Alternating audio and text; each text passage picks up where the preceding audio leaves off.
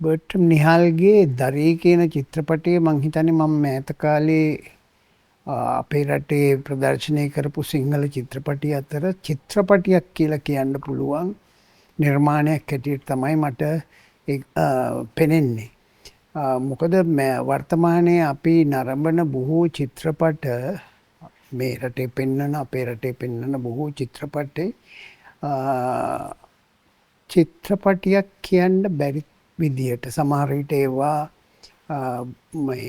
රූපයට හෝ අතිරේක ශබ්දවලට වැඩි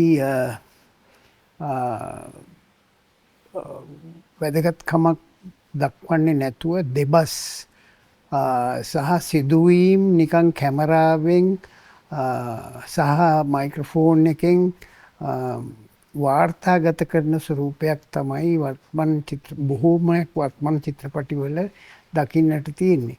ඉතින් ඒට හුඟක් වෙනස් ආකාරයෙන් බර්ට්‍රම්ගේ චිත්‍රපටිය ඇත්ත වශයෙන්ම මේ රූපයෙන් හා ශබ්දයෙන් කතාවක් කියනවාට අමතරව ප්‍රේක්ෂකයාටත් විශාල ඉඩකඩක් විශාල අවකාශයක් ඉතිරි කරලා තියෙනවා චිත්‍රපටියේ. චිත්‍රපටය පිළිබඳ තමන්ගේම පරිකල්පනය හරහා යම් යම් දේවල් වටහා ගන්න. දැන් අපි දන්නවා නවකතාවක් කියවනකොට නවකතාවේ තියෙන ඒ පටිතය කියවද්දී අපේ සිතේ විවිධාකාරයේ රූප මැවෙන්න ගන්නවා. දැන් ටෝල්ස්ටෝයි කියනවා නවකතාවක් කියවද්දී දහසක් පාඨකයන් අතර ඒ නවකතාව දහසක් නවකතා බවට පත් වෙනවා කියලා. මේක සිද්ධ වෙන්නේ අර පරිකල්පනය කියන කටයුත්ත හරහා. ඉතින් හුඟ දෙනෙක් කියනවා මේ චිත්‍රපටයට නැත්නම් ඡායාරූපයට මේ පරිකල්පනය රසිකයාගේ පරිකල්පනය මෙහෙයවීමේ හැකියාවක් නැහැ කියලා. මොකද රූපයෙන් නැත්නම් කැමරාවෙන් සහ මයික්‍රොෆෝනින් මේ පෙන්වන්නේ දකින්න තියෙන දේ. ඒ දේ හරහා කොහොමද ප්‍රේක්ෂකයා ඒ රූපරාමුවේ හතර සීමාවන්ගෙන් ඔබට ඔහුගේ හෝ ඇයගේ පරිකල්පනය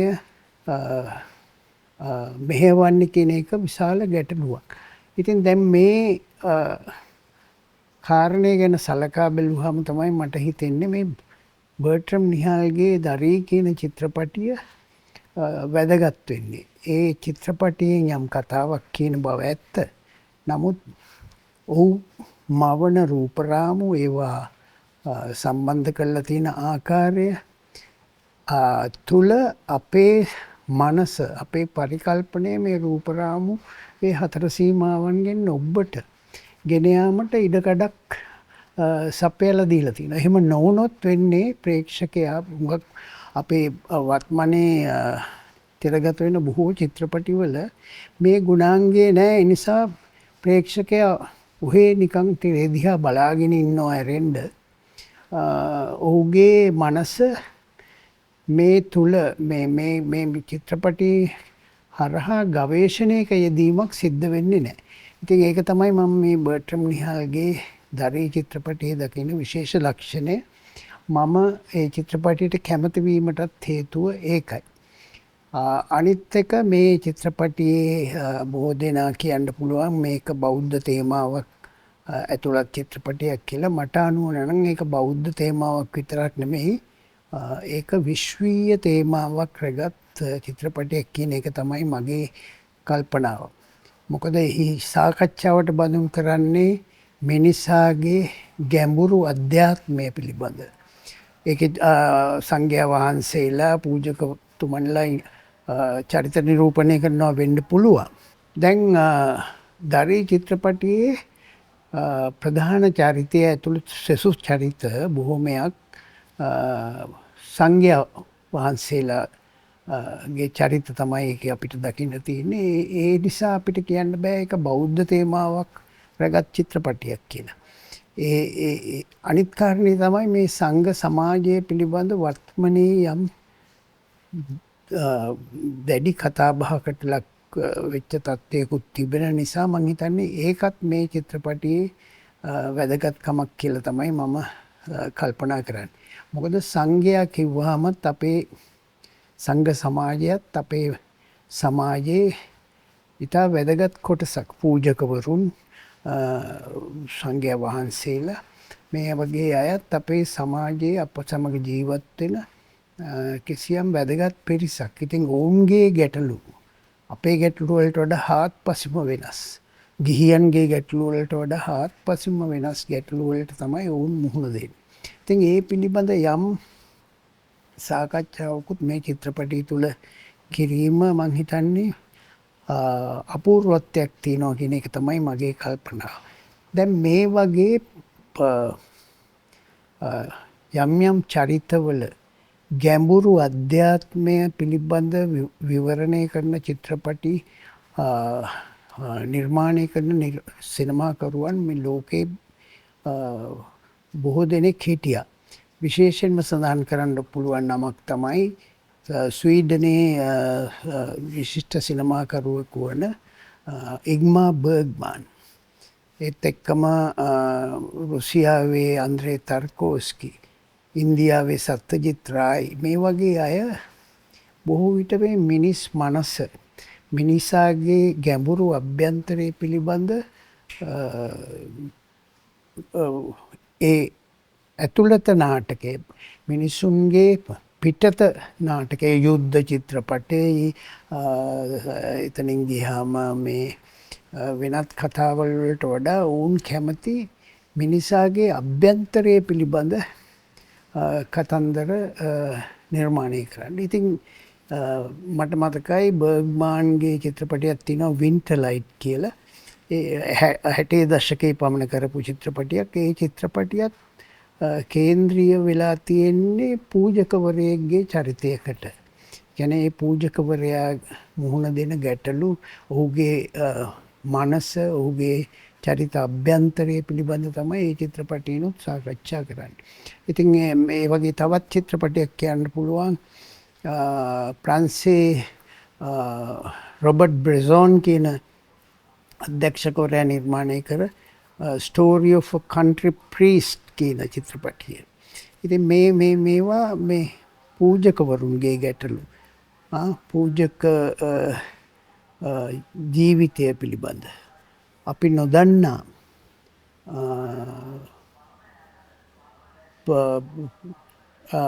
ඉසව් කරා ගමන් කරන කතන්දරයක්. ඉතින් ඒ වගේ කතාවක් තමයි මේ බර්ට්‍රම් නිහාල්ගේ චිත්‍රපටයට පාදක වෙන්නේ. ඉතින් ඒකෙන් අපිට කියන්න බෑ මේක බෞද්ධ තේමාවක් විතරක් කියලා.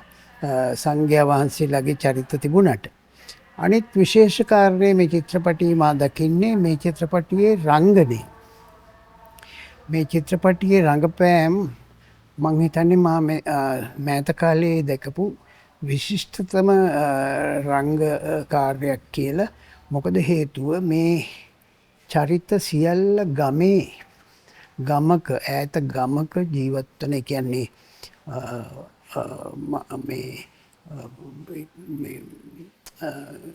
මොනවද ඒකට කියන්නේ මේ කොලනියක, ඒ කියන්නේ ගොවි ජනපද ව්‍යාපාරයක ගමක ජීවත් වන චරිත. ඉතින් බොහෝ විට අපේ චිත්‍රපටිවල මේ ගමක චරිත දැක්කාම ඒවා අපිට ඒ ගමේම චරිත හැටියට පෙනෙන්නේ නැහැ. නමුත් මේ චිත්‍රපටයේ එහෙම නෙමෙයි. අපිට පේනවා මේ චරිත ඒ ගමේම ඓන්ද්‍රීය කොටස් වශයෙන් අපිට පෙනෙනවා. දැන් හුඟක් වෙලාවට අපේ චිත්‍රපටිවල පෙනෙන්නේ කොළඹින් නළු නිල් කණ්ඩායමක් අරන් ගිහිල්ලා ගමට දාලා, ගමේ පරිසරයට දාලා කරන රංගනයන් තමයි අපේ හුඟක් වෙලාවට චිත්‍රපටිවල දකින්න පුළුවන් වෙන්නේ. අපිට ඔවුන්ව ගමේ චරිත හැටියට පේන්නේ. නමුත් මේකේ ඔවුන්ගේ වේශ නිරූපණය වෙන්න පුළුවන්, ඔවුන්ගේ ඇඳුම් පැළඳුම් වෙන්න පුළුවන්, ඔවුන් හැසිරෙන විදිය වෙන්න පුළුවන්. මේ සියල්ලම අපිට තුලින් අපේ මේ ප්‍රේක්ෂකයාගේ මනස අර ගමේ පරිසරයට, ගමේ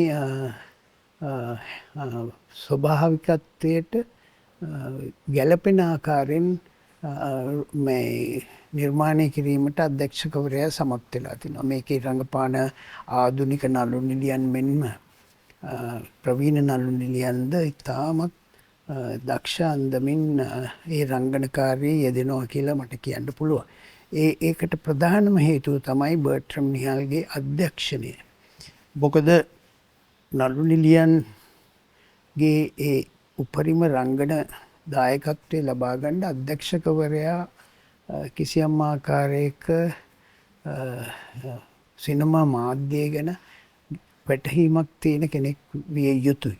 හුඟක් වෙලාට අපි දකින්නේ නළු නිළියෝ දෙබස් කියමින් යම් යම් ක්‍රියාකාරකම් වල යෙදෙනවා විතරයි අපි දකින්න තියෙන්නේ.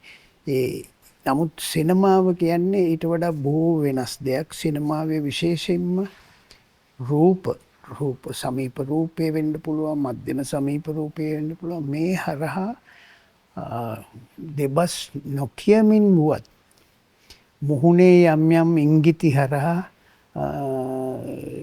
හැඟීම් භාවයන් ප්‍රකාශ කිරීමට බොහෝ ඉඩකඩ තියෙන මාධ්‍යයක් සිනමාව. ඉතින් මේ ශක්තිය සිනමාවේ තියෙන මේ ශක්තිය උපරිම ආකාරයෙන් මේ චිත්‍රපටයේ භාවිතා කරලා තියෙන බව තමයි මට කියන්න පුළුවන්.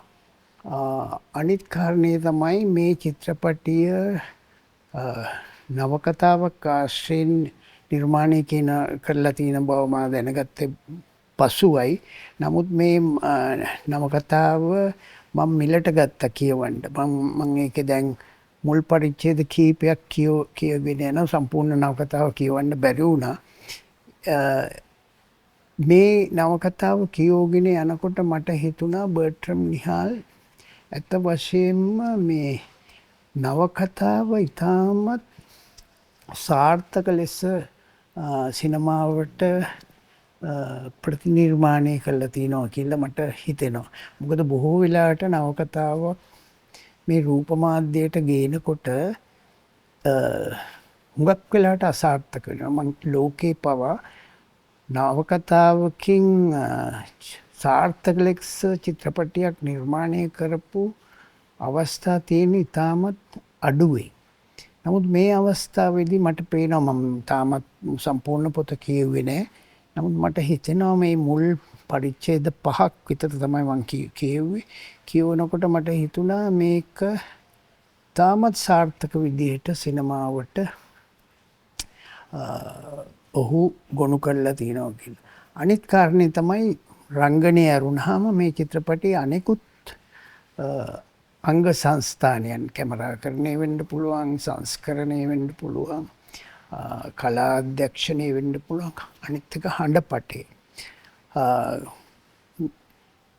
යම් යම් අඩුපාඩුකම් නැත්තේ නැහැ. නමුත් මං හිතනවා මේ සියලුම අංග සංස්ථානයන් මේ චිත්‍රපටයෙන් කියවෙන දේ ප්‍රේක්ෂකයාට ඉතාමත් රසවත් ආකාරයෙන් ඔහුගේ පරිකල්පනයට ඉඩ දෙමින්